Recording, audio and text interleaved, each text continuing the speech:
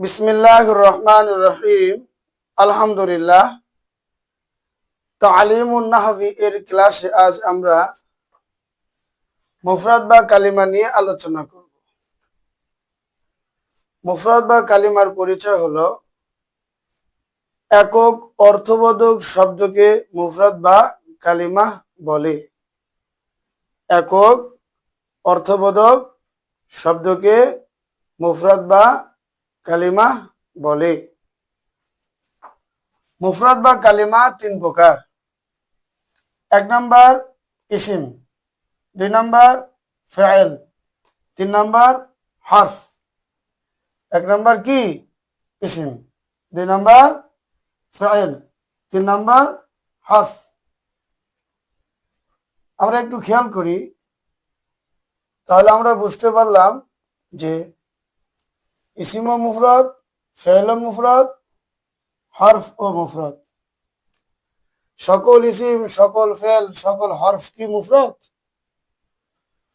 হরফ সবগুলোই মুফরদ, কিন্তু সকল ইসিম মুফরদ নয়, সকল ফাইল মুফরদ নয়।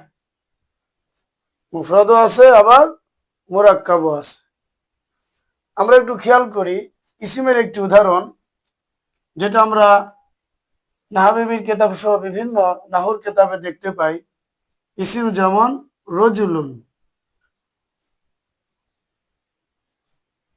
ইসিম যেমন রজুলুন। রজুলুন শব্দটি কিন্তু মুফরদ। আবার আমরা খেয়াল করি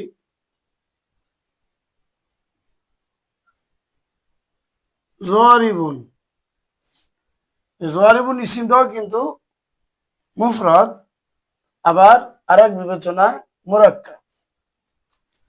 আবার খেয়াল করি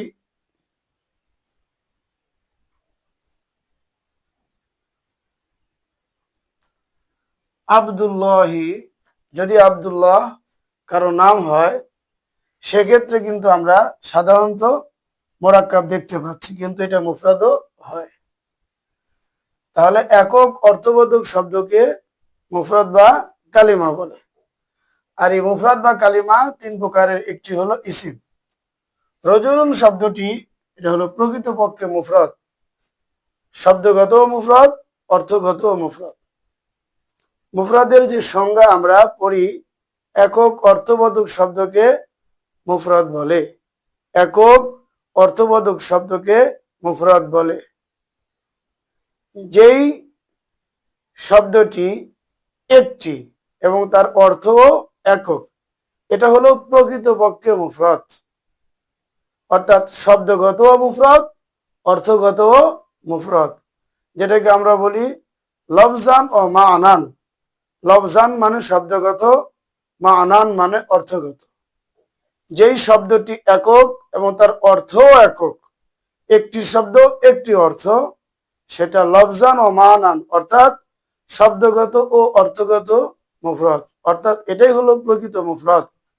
যেমন রজুলুন, শব্দ একটি, অর্থ একটি, একজন ব্যক্তি। কিন্তু জরিবুন, এটা আমরা এখানে একটি শব্দ দেখতে পাচ্ছি, কিন্তু জরিবুনের শিবে ফেল, তার ফাইল লাগবে। এখানে যদি আমরা হুয়া জমির ধরি, অর্থাৎ হুয়া জরিবুন, তার ভিতরে কি আছে? হুয়া জরিবুন, সে প্রহারকারী, সে প্রহারকারী। অথবা আমরা ধরলাম আংতা জরিবুন, তাহলে জরিবুনের মধ্যে আংতা আছে, তুমি প্রহারকারী। অথবা ধরলাম শুরুতে আনা জরিবুন, তাহলে জরিবুনের মধ্যে আনা আছে, আমি প্রহারকারী। যাই হোক, গায়েব ধরি, হাজের ধরি আর মুতাকাল্লিম যেটারই জমির ধরি, শব্দ যদিও একটি হয়, অর্থ কিন্তু একটি নয়।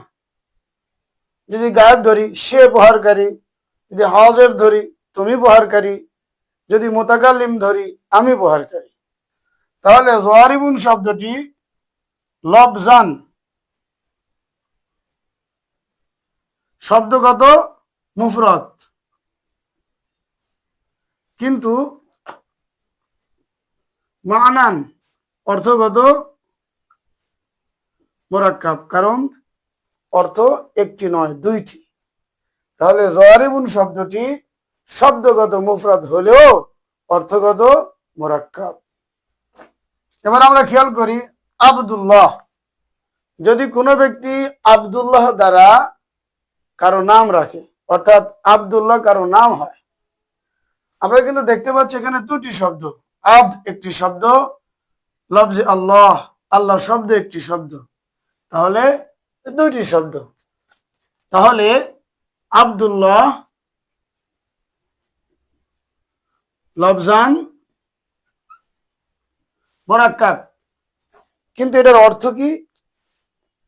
একজন ব্যক্তির নাম, ব্যক্তি তো একজন, তাহলে অর্থগত মুফরাদ। তাহলে কি হলো? মা'নান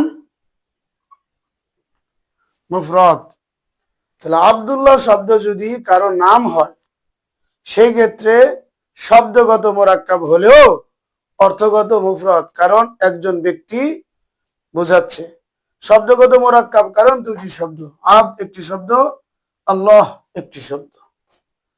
তাহলে আব্দ একটি শব্দ, লফজ আল্লাহ আর একটি শব্দ, দুই শব্দের কারণে মুরাক্কাব। কিন্তু যখন একজন ব্যক্তির নাম হচ্ছে, সে ব্যক্তি তো একজন, এই জন্য অর্থগত সেটা মুফরাদ। আর যদি কারো নাম রাখা না হয়, তাহলে শব্দগত মুরাক্কাব, অর্থগত মুরাক্কাব। তাহলে এখানে রজুলুন শব্দটি প্রকৃতপক্ষে শব্দগত এবং অর্থগত উভয় দিক থেকে মুফরাদ। যারিবুন শব্দটি শব্দগত মুফরাদ, অর্থগত মুরাক্কাব। আব্দুল্লাহ কারো নাম হলে শব্দগত মুরাক্কাব, অর্থগত মুফরাদ। আমি আবারও বলছি, রজুলুন শব্দটি শব্দগত এবং অর্থগত উভয় দিক থেকে মুফরাদ।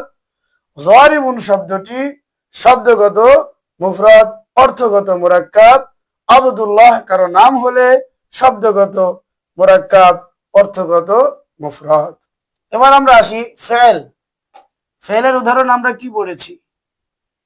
নাহবির কিতাব সহ বিভিন্ন কিতাবে আমরা পড়েছি জরাবা। জরাবা আমরা এটা মুফরাদ পড়েছি। একটু খেয়াল করি, জরাবা একটা ফেল, আর ফেলের কি লাগে? ফাইল লাগে। ফাইলটা হওয়ার ভিতরে জমির হবে, না হলে পরবর্তী একটি ইসমে জহের হবে। এখানে আমরা দেখতেছি জরাবা ফেল, তারপরে কোনো শব্দ নেই, তাহলে এর মধ্যে হুয়া আছে। তাহলে জরাবা শব্দটি শব্দগত মুফরাদ, অর্থগত মুরাক্কাব, কারণ অর্থ দুইটি। সে মেরেছে, জরাবা মাঝির সিগা, মেরেছে, আর ফাইল হলো সে, সে মেরেছে। তাহলে সে মেরেছে দুইটা হলো, সে মেরেছে, অর্থগত মুরাক্কাব। কিন্তু আমরা দেখতে পাচ্ছি না হুয়া, এই জন্য শব্দের বিবেচনা সে মুফরাদ। এটা শুধু জরাবা নাসারা এই শব্দই উদ্দেশ্য নয়, মাঝির মধ্যে ওয়াহেদ মুজাক্কার গায়েব আর ওয়াহেদ মুআন্নাস গায়েব। জরাবা জরাবাত, ফাআলা ফাআলাত, নাসারা নাসারাত, মাঝুল একই বিষয়। জরিবা জরিবাত, ফাইলা ফাইলাত, নুসিরা নুসিরাত। এই দুই সিগার ভিতর যখন জমির থাকবে, অর্থাৎ মারুফ হলে ফাইল হবে আর মাজুল হলে নাবে ফাইল হবে, এই দুই সিগার মধ্যে যখন জমির থাকবে, তখন এটা মুফরাদ বলা যাবে এই শব্দটাকে, কারণ শব্দ দেখা যাচ্ছে একটি, কিন্তু অর্থ করার ক্ষেত্রে আমরা দেখতে পাচ্ছি অর্থ দুটি হচ্ছে। এই জন্য শব্দের বিবেচনায় মুফরাদ আর অর্থের বিবেচনায় মুরাক্কাব। ঠিক তেমনি ভাবে মুজারের মধ্যে পাঁচটি কাজ আমরা পড়েছি, ইয়াফালু তাফালু তাফালু আফালু নাফালু, ইয়াজরিবু তাজরিবু তাজরিবু আজরিবু নাজরিবু। এই পাঁচ সিগার মধ্যে ওয়াহেদ মুজাক্কার গায়েব ও ওয়াহেদ মুআন্নাস গায়েব। ইয়াজরিবু তাজরিবু ওয়াহেদ মুজাক্কার গায়েব আর ওয়াহেদ মুআন্নাস গায়েব। এই দুই সিগার মধ্যে যদি জমির ফাইল হয় আর মাজুর হলে তো নায়েব ফাইল হবে, তখন এটা শব্দগত মুফরাদ, অর্থগত মুরাক্কাব। আর যদি জমির ফাইল বা নায়েব ফাইল না হয়, বরং পরবর্তী কোন ইসমে জহের ফাইল বা নায়েব ফাইল হয়, সেই ক্ষেত্রে এই দুই সিগা শব্দগত মুফরাদ, অর্থগত মুফরাদ। ঠিক তেমনি ভাবে ফেলে মাঝির মধ্যেও ফালা ফালাত ফুইলা ফুইলাত, যদি জমির ফাইল বা নায়েব ফাইল হয়, সেই ক্ষেত্রে শব্দগত মুফরাদ, অর্থগত মুরাক্কাব।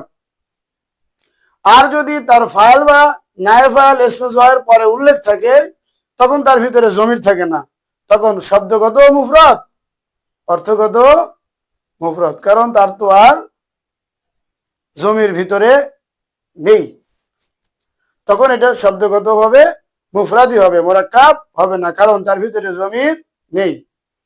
আর মুজারের তিন সিগা, ওয়াহিদ মুজাক্কার হাজির, ওয়াহিদ মুতাকাল্লিম, জামু মুতাকাল্লিম, তাফালু, আফালু, নাফালু, এই তিন সিগার মধ্যে জমির সর্বদা গোপনই থাকবে, কখনো তার ফাইল ইসমে জহের উল্লেখ থাকবে না।